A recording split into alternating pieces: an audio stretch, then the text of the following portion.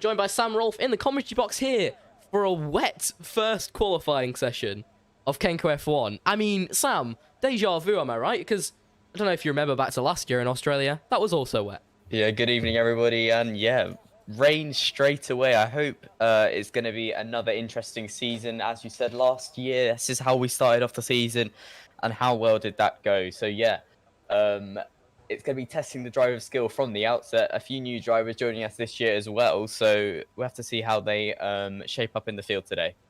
Well, I tell you what, Max Chapman, the one who won it last year, the incumbent champion, with a Mexican-style helmet, has spun it through Sector 2, and so, I believe, has Josh O'Mara. What is happening at the double apex hairpin as he comes back onto the racing line, and his teammate Ben Mitchell has to be very wary.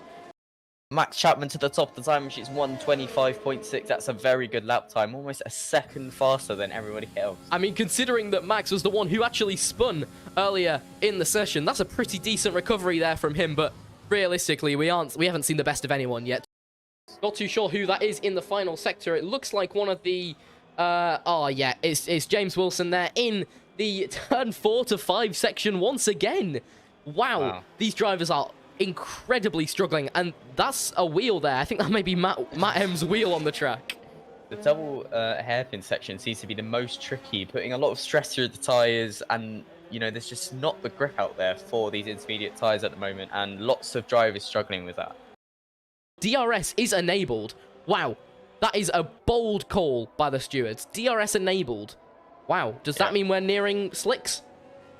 Well, I'm getting information that Max Chapman is sitting in his garage on those soft tyres, as well as Ian. So both the Mercedes boys ready now to come out for their final run of Q1 on those soft tyres. Are we going to see the changeover now?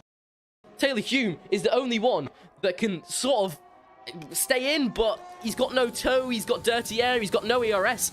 I don't think it's happening, Sam.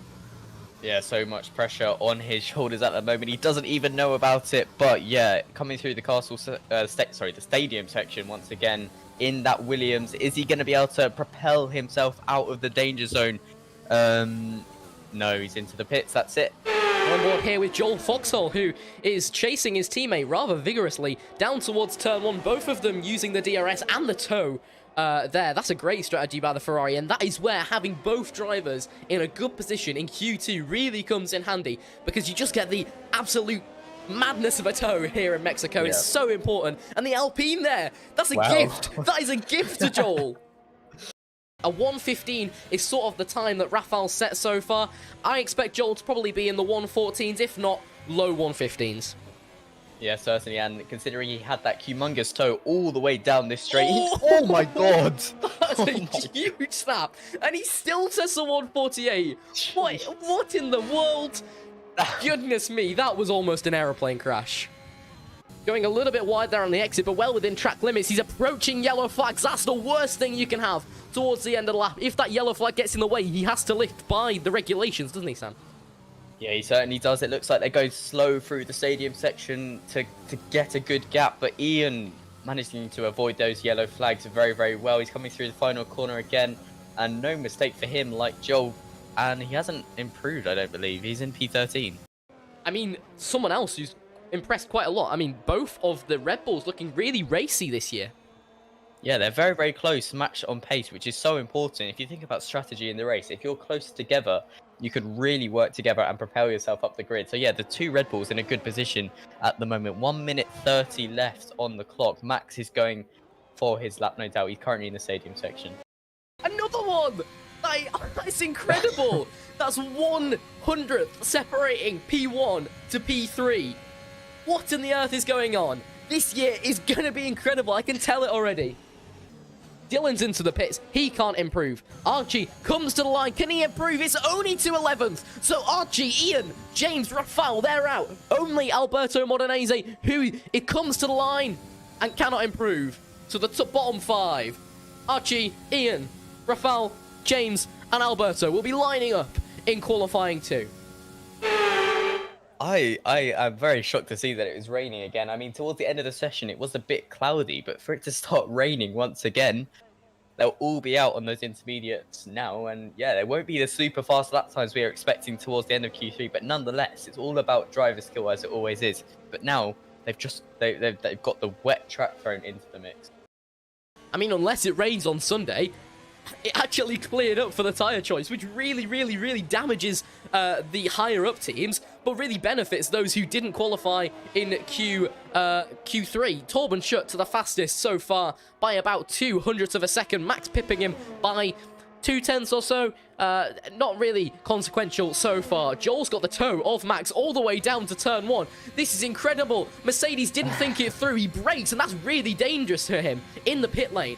We'll see what happens from that. I mean, it was off the racing line, and it was Joel who made the move to go across, so you could say that there was a reason for it being safe, but nonetheless, there wasn't a crash, so not too bothered by it. But Joel will be happy so much so that he got the toe down through turn 1.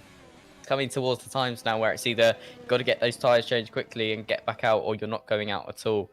But I'm still shocked. Max in P1, he's out on track on a fresh set of inters, of course. A 124.3, and closest rival, a 125 flat.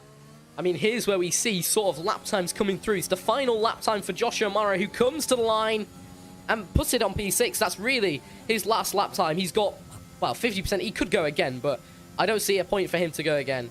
He's just going to ruin the tyres even more. But both the Alfa Romeo boys proving us wrong there, Sam, making us look like idiots. Look what they're doing. Yeah, they are doing what we would have expected of them. They are giving each other the toe. It's going to play into their hands, hopefully, for them. Obviously, Reggie looked very quick in the wet. He's in P5, sorry, in the dry. He's in P5 at the moment, so still respectable. But what could he have done in the dry? We'll never know. Well, I tell you what, here's where we judge them. See if they got it even more perfect than Ferrari. They're taking tips from Ferrari, doing the exact same thing. Mercedes couldn't handle it. Ferrari, well, they handled it, but Alfa Romeo, I've got to say, have had the best showing for that toe down into turn 1 today. Look at how, just look and listen how tight on that throttle Stein is being. There's no margin for error here, especially through that turn where we saw so many people through the wet. Is that Josh O'Mara? Josh O'Mara going slowly through the S's. There's a yellow flag for Stein. Stein's going to have to back out. There's a lift there from Stein through the S's as he goes past. Look, he's backed. There's no way. Max has, sorry, not Max, Stein and Reggie J both having to back out because of Josh in the S section there. Josh may have an issue. He's pulling over onto the side of the track. Yeah, I'm not sure what Josh is doing. He's just on the side of the track and he's causing this yellow flag. Everyone is going to have to lift around him. He's still on the runoff, obviously trying to get a good part of the track to get back on. But yeah, I mean, I'm not sure what happened. He must have made a mistake. I mean, Max was just getting out the way there, but that's going to lend into him so well. Everyone on a flyer has lifted and lost all of the advantage they had. Torben's shot has been disqualified from the session, but I think that may be a spin. So I think his time should still stand. Max is stopped on the track. I'm not too sure. I'm sure the stewards will have a look at his footage after the race and probably rebuke that, because it didn't look worthy of a disqualification then. So this could be absolutely fundamental. Does Max lift through this section? No, he doesn't on the exit. Max has not lifted on the exit. That could be crucial to this race. If Joel has gone onto P1, Max, if he sets a lap time and it's quicker, the stewards may take. You've not lifted there, Max, and that's your lap time. We saw this with Verstappen back in 2019, I think it was.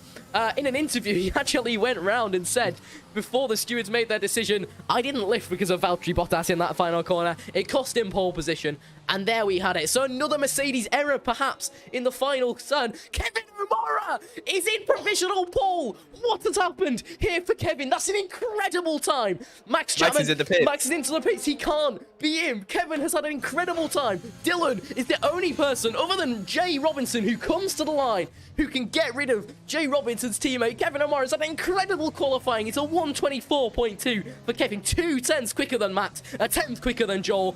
And Torben Schutt not able to set a time because of that removal from the session. Jay goes to P5, can't beat his teammate. All eyes on Dylan now. He's got to get the final set. No, he's got a huge snap of oversteer. Looks like Kevin O'Mara on pole position for the first Kenko F1 Grand Prix. That is incredible.